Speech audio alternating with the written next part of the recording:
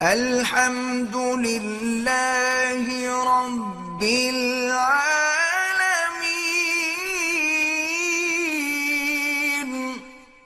کم حرث لکم، تمہاری جو ازواج ہیں، تمہاری جو بیویاں ہیں، وہ تمہارے لیے بمنزلہ کھیت ہیں۔ کھیت کا مطلب کیا ہوتا ہے؟ پیداوار بڑھانے کا ذریعہ۔ تو اس میں سب سے پہلا مسئلہ تو قرآن نے یہ بیان کر دیا کہ زوجہ سے جو ہم بستری ہے وہ صرف اسی راستے میں جائز ہے جس سے اولاد ہوتی ہے، کیونکہ عورت کو اللہ نے بنایا ہے نسل بڑھانے کے لیے۔ تو کوئی بھی ایسا ہم بستری کا طریقہ اختیار کرنا جو نسل بڑھانے کا ذریعہ نہ ہو، یعنی وہ نیچرل نہ ہو، تو وہ حرام ہے۔ تو اس میں اللہ نے یہ حکم دے دیا۔ تو اس سے صاف یعنی حدیث سے بھی پتہ چلتا ہے، اور تمام فقہاء کا اجماع بھی ہے اس آیت کی روشنی میں کہ مسئلہ تھوڑا حیا کے خلاف ہے، لیکن میرا خیال ہے بتانا ضروری ہے کہ پچھلے راستے سے عورت سے ہم بستری کرنا بالکل حرام ہے، ناجائز ہے، اور نبی صلی اللہ علیہ وسلم کی اس پہ بہت شدید لعنت ہے، بہت شدید وعید ہے۔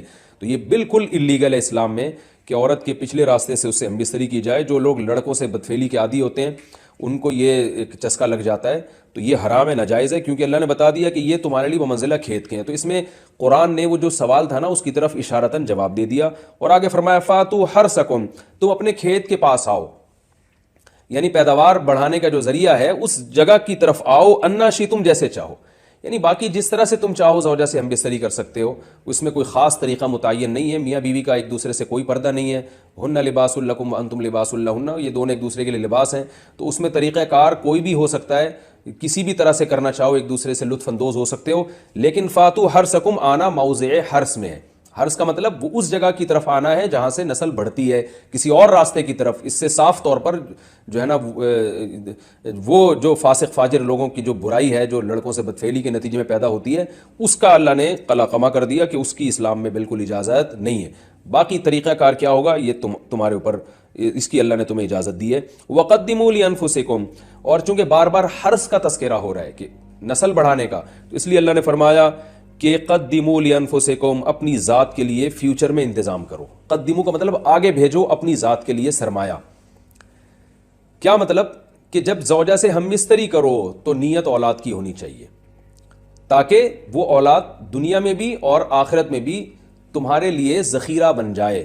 تو یہ نسل بڑھانے کی بہت زبردست ترغیب ہے اس آیت میں، اور اس آیت میں اللہ نے عورت کا کہ بہت ساری ذمہ داریوں میں سے ایک بڑی ذمہ داری کا بھی بیان بتا دیا کہ عورت کو اللہ نے بنایا ہے، جو مرد اور عورت کا جو فرق رکھا ہے نا، اس فرق کی بڑی وجہ یہی ہے کہ مرد کے اسپرم کو اللہ نے بیج کے طور پہ پیدا کیا ہے، اور عورت کو اللہ نے زمین کے طور پہ۔ تو بیج اور زمین کے ملاپ کا بنیادی مقصد ہی نسل بڑھانا، پیداوار بڑھانا ہوتا ہے، نہ یہ کہ نسل روکنا۔ آج فیملی پلاننگ والوں نے اس آیت کی دھجیاں اڑا دی ہیں، اور جو پوری دنیا میں ایک بےہودہ قسم کی تحریک چل رہی ہے، یہ آیت بالکل اس کی نفی کر رہی ہے۔ اس لیے اللہ نے فرمایا اچھا، اللہ نے اس کا بھی جواب دے دیا کہ جو فیملی پلاننگ والے کہتے ہیں نا نسل بڑھنے سے تمہارا نقصان ہوگا، خرچے بڑھ جائیں گے، تو اللہ فرماتے ہیں قدموا لانفسکم، تمہارا فیوچر بن جائے گا، سنور جائے گا، کیونکہ اولاد پہ اتنی انویسٹمنٹ نہیں ہوتی جتنا اس کا آؤٹ پٹ ہوتا ہے۔ ان پٹ کم ہے، آؤٹ پٹ زیادہ ہے، انویسٹمنٹ کم ہے، اس کے جو پروفٹ ہے وہ زیادہ ہے، دنیا میں بھی اور آخرت میں بھی۔ تو اللہ نے فرمایا اپنے نفس کے لیے، فیوچر کے لیے انتظام کرو، بڑھاپے کے لیے انتظام کرو۔ تمہارے بیٹے ہوں گے، بیٹیاں ہوں گی، پوتے ہوں گے، نواسے ہوں گے، بہویں ہوں گی، یہ دنیا کا مستقبل اور آخرت کا مستقبل کیا ہے۔ جو عبداللہ بن عمر رضی اللہ تعالیٰ عنہ نے جب نکاح کا ارادہ ترک کیا تو آپ کی جو ہمشیرہ تھی حضرت حفصہ، انہوں نے فرمایا کہ نکاح کرو، تمہارے اولاد ہوگی، دنیا سے جاؤ گے تو تمہارے لیے دعائیں مانگے گی، تو یہ آخرت کے لیے ذخیرہ ہے۔